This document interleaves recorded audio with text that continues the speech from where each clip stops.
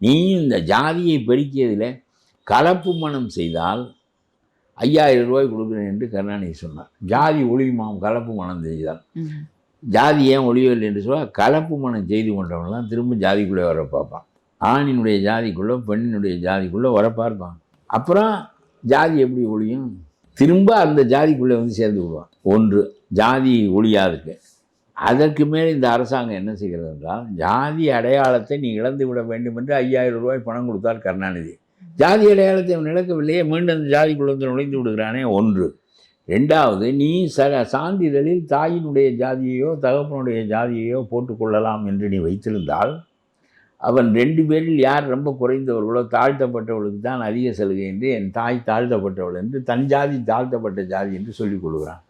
மீண்டும் அந்த ஜாதி எண்ணிக்கையில் குறையாமல் பெருகி நிற்கிறதே தவிர ஜாதி ஒழிவதில்லை. அரசாங்கம் முட்டாள்தனமாக இத்தகைய கொள்கைகளை கையாளுகிறது. கலப்பு மனம் புரட்சி செய்கின்ற ஒருவனை வெளியே விடாமல் புரட்சி செய்கின்ற ஒருவனை திரும்ப கொண்டு வந்து ஜாதிக்குள் நுழைக்கிறது. ஆகவே ஜாதிகளின் எண்ணிக்கை மாறாமலே இருக்கிறது.